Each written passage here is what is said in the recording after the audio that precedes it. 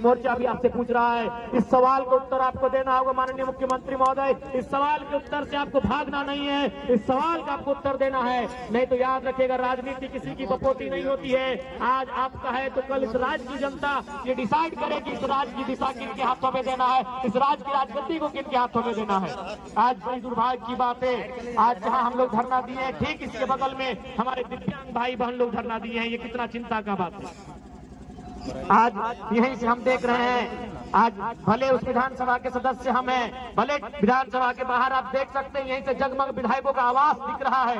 आज कहीं न कहीं हमारा देश और हमारा राज्य भी विरोधाभास का राज्य बनता जा रहा है। आज हमारा झारखंड विरोधाभास का राज्य बनता जा रहा है। एक और जहां हमारे माननीय विधायकों को 4 करोड़ 32 लाख का आवास दिया गया है रहने के लिए, आलीशान महल आलीशान बंगले दिए गए हैं रहने के लिए, मंत्रियों को 6 करोड़ का आवास 6 करोड़ का महल दिया गया है रहने के लिए, और उसी राज्य में जो अपंग है, जो अपाहिज है, जिन्हें हम दिव्यांग नाम दिया गया है, जिन्हें दिव्यांग कहा जाता है, जिनका हाथ नहीं है, जिनके पांव नहीं है, जिनकी आंख सलामत नहीं है, जिनके शरीर का कोई ना कोई अंग सलामत नहीं है, आज वे लोग पेंशन पाने के लिए आंदोलन कर रहे हैं। आज कई महीनों से उनका पेंशन बंद पड़ा है, तो सोच सकते हैं आज झारखंड की दिशा को किस ओर आप लेके जा रहे हैं। इसलिए आज इस कार्यक्रम के माध्यम से राज्य की सरकार को सीधा चेतावनी होगा, राज्य की सरकार को सीधा संदेश होगा कि आप अगर हमारी जो मांगे हैं, जिन मांगों को लेकर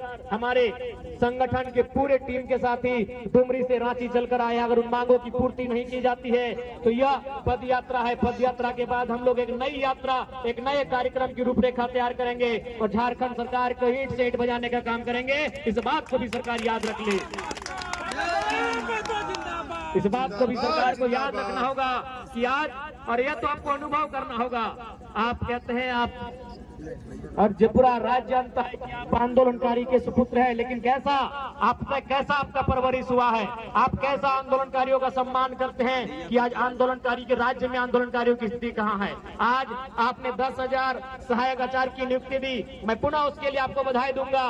मैं पुनः आपके साथ साथ उन 10,000 सहायक आचार्य को भी बधाई दूंगा। लेकिन सवाल ये होगा मुख्यमंत्री महोदय, आपने ये तो झारखंड की जनता को बता दिया कि आपने नौकरियां दी, लेकिन क्या आप बताएंगे कि ठेकेदारी किनको दे रहे हैं? जो 50 करोड़ का, 100 करोड़ का, 200 करोड़ का, 500 करोड़ का, 1000 करोड़ का टेंडर जो निकल रहा है, वो टेंडर आप किसको दे रहे हैं? ये भी राज्य की जनता को बताना होगा। आज एक उपायुक्त के बगल में, उपायुक्त के पीछे, डीसी के पीछे, डीसी के आगे, डीसी के दाएं, डीसी के बाएं जो व्यक्ति खड़ा होता है, जो काम करता है, वो आउटसोर्सिंग के माध्यम से आता है। ये भी आपको बताना होगा कि झारखंड की कितनी आउटसोर्सिंग एजेंसियां झारखंड की सक्षम है। उन आउटसोर्सिंग एजेंसियों के माध्यम से चयन होने वाले कितने नौजवान, कितनी बहनें, कितने भाई झारखंडी हैं, ये भी आपको बताना होगा।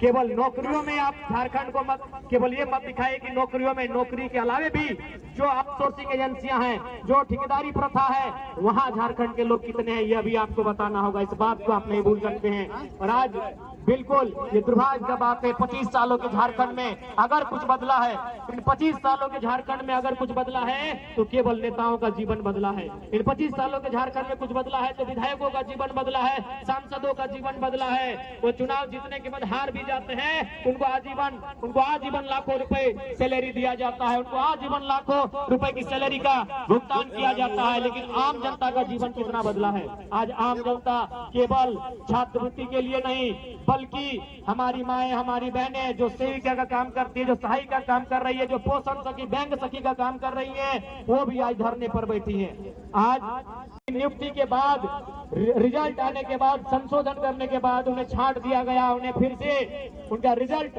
पेंडिंग कर दिया गया, ठंडे बस्ते में डाल दिया गया। आज वे लोग धरने पर बैठे हैं, जेईपीसी कार्यालय में नौजवान धरने पर बैठे हैं, पंचायत के सहायक धरने पर बैठे हैं, पूरे राज्य के नौजवान, पूरे राज्य की बहनें धरने पर जगह जगह बैठी हैं। तो समझ में आना चाहिए कि 25 सालों में हमने कैसा राज्य बनाया। इसलिए अब झारखंड का नौजवान, झारखंड की आने वाली पीढ़ी ये कतई बर्दाश्त नहीं करेगी कि हमारा राज्य इसी प्रकार से लूटता रहे। आज क्या स्थिति है सबको मालूम है। बिल्कुल आज कहने में ये किसी को गुरेज नहीं है कि राज्य का खजाना खाली है, तो इसके लिए दोषी मुख्यमंत्री महोदय आप है।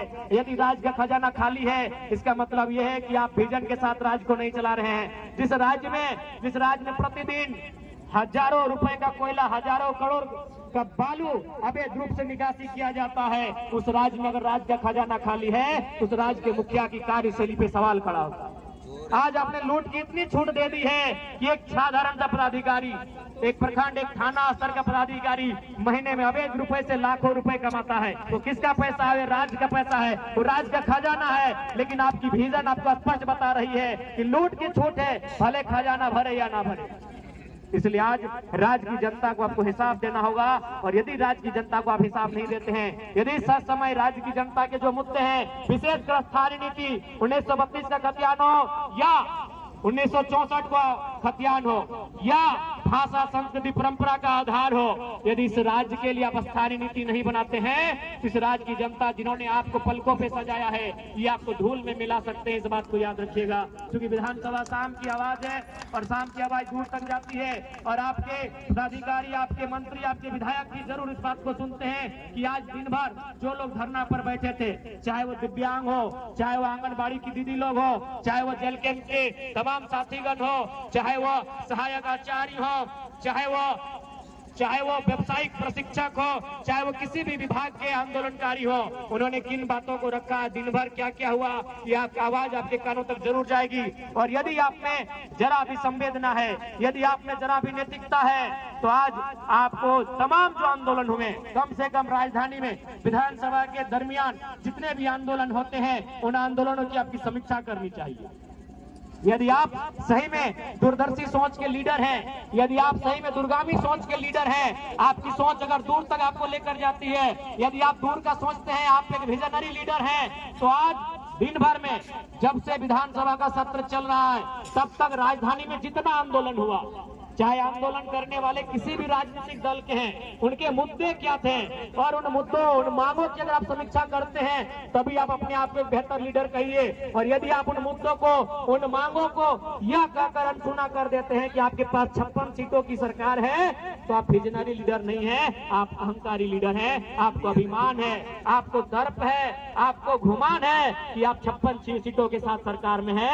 ऐसे में आप अपने आप को अभिमानी लीडर कह सकते हैं, विजनरी लीडर नहीं कर सकते हैं। तो यदि आप विजनरी लीडर हैं तो आज जितने भी आंदोलन, जितने भी धरने हुए यहाँ पर, उन आंदोलनों की समीक्षा करें, उन आंदोलनों का रिपोर्ट मांगे और उसको बैठक करें और इन समस्याओं का, इन मुद्दों का निराकरण करने का प्रयास करें। ये मैं माननीय मुख्यमंत्री महोदय से कहना चाहूंगा।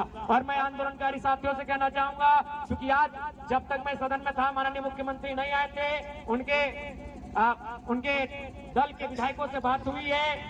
हमारे महामहिम के जो राजभवन, अभी उन्हें लोक भवन का नाम दे दिया गया है, राजभवन अब लोक भवन बन गया है, तो वहां भी बात हुई है। वो आंदोलनकारियों की प्रतिनिधि मंडल टीम से मिलेंगे, उनमें 5-7 सदस्य टीम जो भी है, आप लोग पदयात्रा करके, विशेषकर जो डुमरी से रांची तक आए हैं, आप लोग चयन कर लेंगे। वह अपनी मांगों को लेकर आप क्यों पदयात्रा किए हैं, उस पदयात्रा को उन्होंने भी वाच किया है, राजभवन ने भी, और वो आपसे मिलेंगे। हमारी उनसे बातचीत हो गई है, लेकिन आज मुख्यमंत्री समय पर नहीं आए थे, नहीं तो आज ही उनसे मैंने बात किया था, संदेश दिया था उनके अधिकारियों के माध्यम से कि अमुक तिथि पर एक कार्यक्रम है, जो पदयात्रा करते हुए यहाँ तक आ रहे हैं, वो आपसे मिलने की अपेक्षा रखते हैं। तो शायद जब तक हमसे वो नहीं आए थे, हम उम्मीद करते कल या परसों 2 दिन सत्र चलेगा। जो भी पदयात्रा करके, विशेषकर जो 180 किलोमीटर चले हैं, उन्हीं में से